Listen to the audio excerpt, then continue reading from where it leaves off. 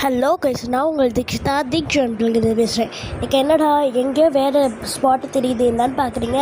நாங்கள் பார்த்தீங்கன்னா எங்கள் பாட்டி ஊரில் கஞ்சை காய்ச்சி ஊற்றுறது அதுக்கு தான் வந்திருக்கோம். இப்போ எல்லாத்தையுமே ரெடி பண்ணிகிட்ருக்காங்க. எங்கள் அப்பா, மாமா, அங்கிள் அப்படின்னு சொல்லிட்டு எல்லாருமே ரெடி பண்ணிகிட்டு இருந்தாங்க.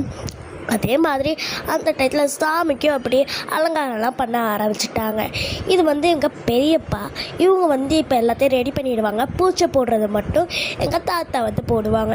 அவங்களுக்கும் பயங்கரமாக சாமி வரும். அடுத்த அதோட கிளிப்ஸ் எல்லாம் நெக்ஸ்ட்டு வந்துக்கிட்டே இருக்கும் பாருங்கள். அதே மாதிரி எங்கள் மாமா அப்பா எல்லாம் கூட ஃபன் பண்ணிகிட்டு இருந்தா. ஒரு ப்ளூ கலர் ஷர்ட் பட்டு ஒரு அக்கா தூக்கிட்டு போனாங்க. அவங்க தான் என் மாமா பையன். அதுக்கப்புறம் என்ன, கஞ்சி காய்ச்சி ஊற்றுறதுக்கு கஞ்செல்லாம் ரெடி பண்ண ஆரம்பிச்சிட்டாங்க.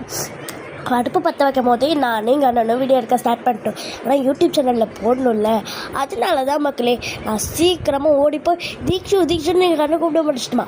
அதனாலே நான் இப்போ வீடியோ ஷூட் பண்ணிகிட்ருக்கேன். பார்த்தீங்களா எவ்வளோ சூப்பராக கல்பூரம் எரிக்குதுட்டு. இதுதான் மக்களே, இதுக்குள்ளே அப்படியே ஒரு சாமி இருக்கிற மாதிரி எனக்கு ஒரு ஃபீல் இருந்துச்சு. உங்களுக்கு அப்படி தெரியுதா இல்லையா கமெண்ட்ஸில் சொல்லிடுங்க. ஓகே, பார்த்தீங்களா எப்படியும் பார்க்கும்போது செம்மையாக இருந்துச்சு. அதே மாதிரி இந்த அடுப்பிலெல்லாம் என்ன தெரியுமா பண்ணியிருக்காங்க, அந்த சாணியை மொழிவி வச்சுருக்காங்க. அதே மாதிரி இந்த பாத்திரத்துலேயே சாணி மொழிவி வச்சுருக்காங்க. அப்போ அந்த பாத்திரம் எப்படி சொல்கிறது, கருப்பாகாது. அதுக்கு கருப்பானாலும் அந்த சாணி மேலே தான் ஆகும். நம்ம பாத்திரத்துக்கு எதுவுமே ஆகாது. ஏன்னா இது வாடகை பாத்திரம். அதனால நாங்கள் இது மாதிரி யூஸ் பண்ணிக்கிறோம்.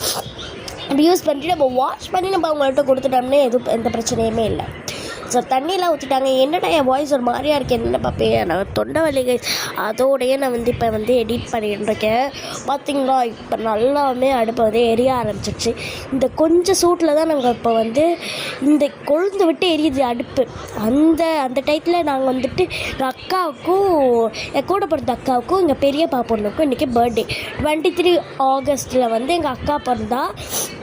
அதே டேட்டில் தான் அவங்களும் பிறந்திருக்காங்க. ஓகே, பெரியப்பா பொண்ணு தான் பெரியவங்க, ஏன் அக்கா தான் சின்ன பிள்ளை. ஓகேவா, இப்போ நாங்கள் எல்லோரும் எங்கே போயிட்டுருக்கோன்னா கோயிலுக்கு அர்ச்சனை பண்ணுறதுக்காக.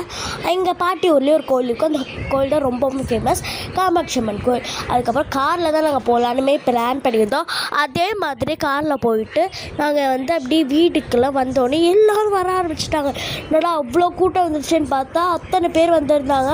அதே மாதிரி எங்கள் பெரியம்மா வந்திருந்தாங்க, பாட்டி, தாத்தா எல்லாருமே வந்திருந்தாங்க. ஒருத்தவங்க விடாமல் எல்லாருமே வந்துட்டாங்க. இப்போ தான் அந்த சாமியாட்ட சீனே வரப்போகுது. அதோடு இந்த வீடியோவுமே முடிஞ்சிடும். மறக்காமல் பார்த்து எப்படி இதுதான் எங்கள் சாமி.